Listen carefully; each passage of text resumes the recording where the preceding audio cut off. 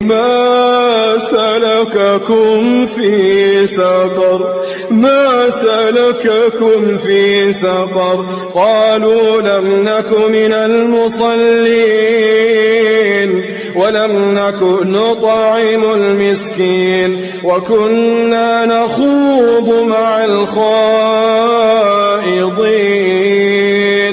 وكنا نكذب بيوم الدين حتى أتانا اليقين। तुम्हें क्या चीज़ दोज़ख में ले गई, तुम्हें क्या चीज़ दोज़ख में ले गई।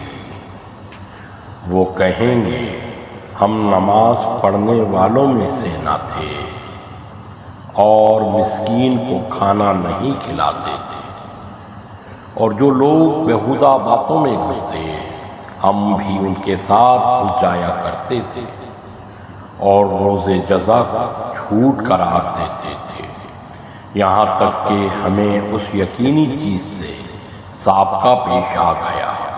अल्लाह रब्बुल इज़्ज़त से दुआ है कि कुरान और हदीस पर चलते हुए फ़िरका वारियत की लानत से बाहर निकलने की तौफीक अता फरमाए।